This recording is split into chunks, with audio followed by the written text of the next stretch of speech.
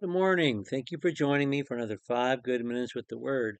I'm Barry Bryson, and we're starting to swim into the deep end of the pool today in Psalm 1 because we really want to use Psalm 1 as an introduction to Hebrew poetry. And a couple of sessions ago, I gave you um, different categories that we're going to use of Hebrew poetry, this rhyme of thought we find in Hebrew poetry. And perhaps the main one that we find throughout Hebrew poetry, and it's the main one, it is the structure of this psalm, is parallelism or balance. Not all parallelism is balance, but parallelism or balance. And I gave you a couple of days ago the passage Psalm 114 verses 1 and 2 um, as an example of this in another psalm. And I want to just read you those verses. This is very subtle until we notice it, and then it's awesome. As an example of what I'm talking about. Then let's look for it in Psalm 1. When Israel went forth from Egypt, the house of Jacob from a people of strange language, Judah became his sanctuary, Israel his dominion.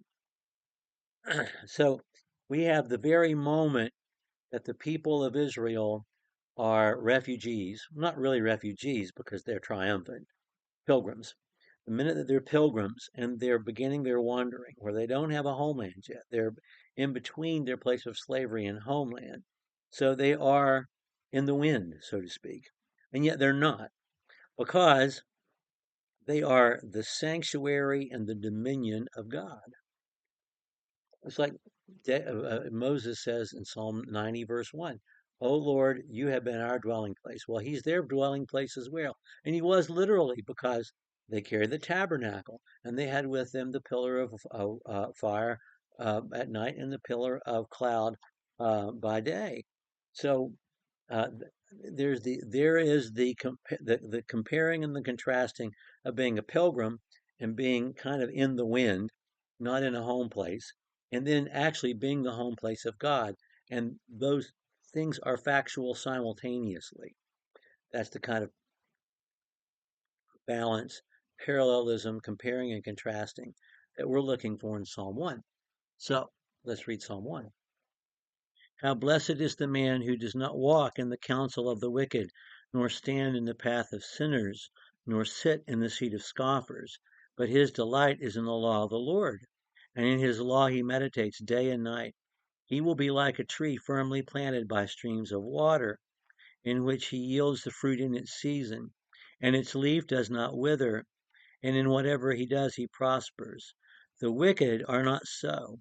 They are like the chaff which the wind drives away. Therefore the wicked will not stand in the judgment, nor righteous in the assembly, sinners in the assembly of the righteous. For the Lord knows the ways of the righteous, but the way of the wicked will perish.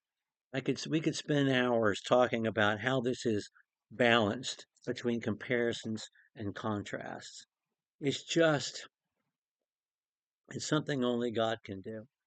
I don't want you to take this the wrong way, but I want to talk about the Taoist symbol of yin and yang.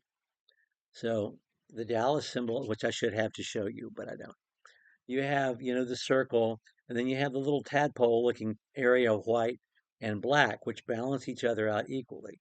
But inside the black, there's a dot of white, and inside the white, there's a dot of black. And that's supposed to represent the balance of the universe, the balance between good and evil, between light and dark, between night and day, between youth and age, between life and death, between all those other antitheses that we could think of.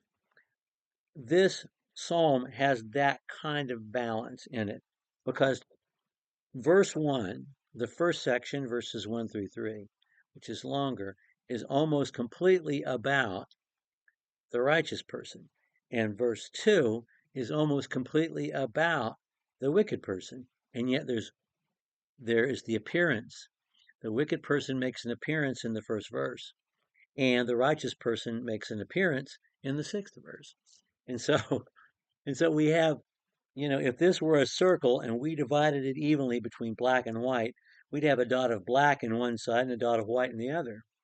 It's just a way this is balanced beyond just two things, one on one side and on the other. And of course, this psalm is in no way saying that good and evil are necessary to each other or are poised in balance so that they're equal to each other. It's not that at all.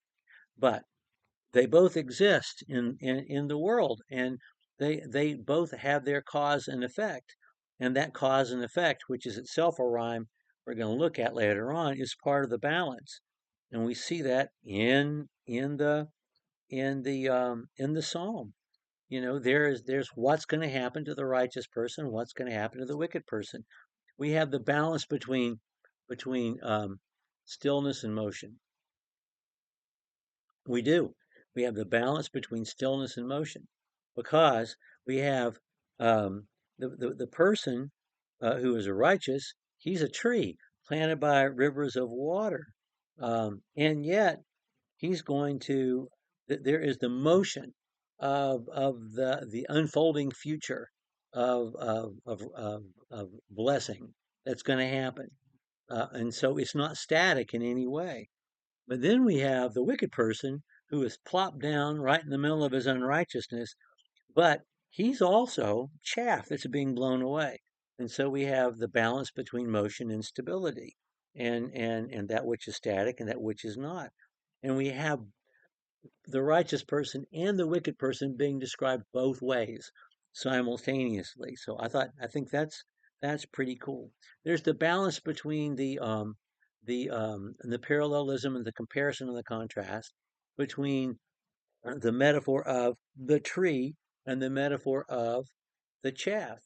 Both are plant images, images from the plant kingdom, from the plant world. And we have, on the one hand, the most stable one we can use, the tree planted by rivers of water, and the least stable one we can use, chaff.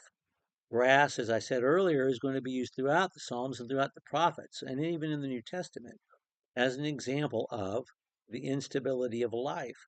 But the chaff, the husk off the seed of the grass is like instability times three.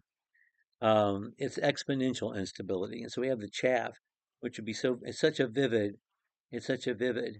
And then look at the balance between that which is in motion that helps accomplish. We have the river in motion next to the tree. We have the wind in motion blowing the chaff. We could sit here for days and keep looking at these 6 verses and continue to unfold large and small comparisons and contrasts that just balance and ground this psalm and remind us that there are 2 ways to go, and each way has its own consequence, and those consequences are inescapable. And so we have a choice to make, and therefore this is the ultimate of all wisdom songs. Okay, we'll look at another rhyme scheme next time. Thank you for joining me for another 5 good minutes with the Word.